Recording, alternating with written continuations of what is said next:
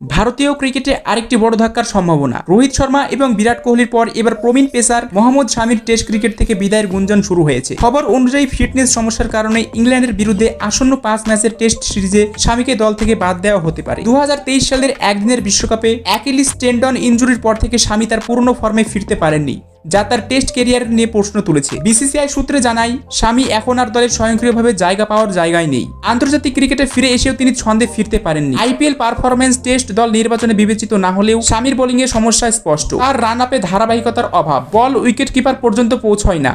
সংক্ষিপ্ত স্পেলের পর তাকে ড্রেসিং রুমে ফিরতে হচ্ছে বিশ্রাম নিতে। 2024 সালের পুরোটা সময় মাঠের বাইরে কাটানো শামি 2025 সালের ফেব্রুয়ারিতে ইংল্যান্ডের বিরুদ্ধে টি-20 সিরিজ দিয়ে ফিরেছেন। চ্যাম্পিয়ন্স ট্রফি এবং চলমান আইপিএলে খেললেও টেস্টের মতো দীর্ঘ ফরম্যাটে তার ধারাবাহিকতা নিয়ে সন্দেহ রয়েছে। নির্বাচকরা একই সঙ্গে জসপ্রীত বুমরাহর কাজের চাপ নিয়ন্ত্রণে সতর্ক। বর্ডার গাভাস্কার ট্রফিতে পিঠের চোট থেকে সেরে ওঠা বুমরাহর ওপর অতিরিক্ত চাপ এড়াতে চান তারা। পরিকল্পনা ছিল শামি এবং বুমরাহর মধ্যে একজনকে প্রতি টেস্টে খেলানো, কিন্তু শামির ফিটনেস সংকট এবং বুমরাহের বিশ্রামের প্রয়োজনীয়তা নির্বাচকদের জটিলতায় ফেলছে। সূত্র জানায়, বুমরাহ যদি একদিন টেস্টে বিশ্রাম নেন এবং শামি সেই ম্যাচে নিজেকে টেনে নিতে না পারেন, তবে দলের জন্য একটি বড় সমস্যা।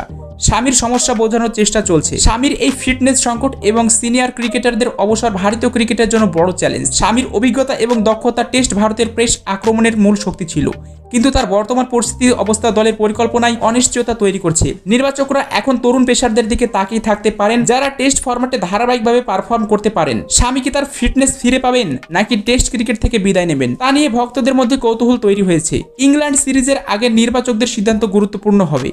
তো বন্ধুরা, এই ছিল আজকের ভিডিও। আশা করি ভিডিওটি ভালো লেগেছে। যদি ভিডিওটি ভালো লেগে থাকে তাহলে ভিডিওতে একটি লাইক করে চ্যানেলটি সাবস্ক্রাইব করে দেবেন।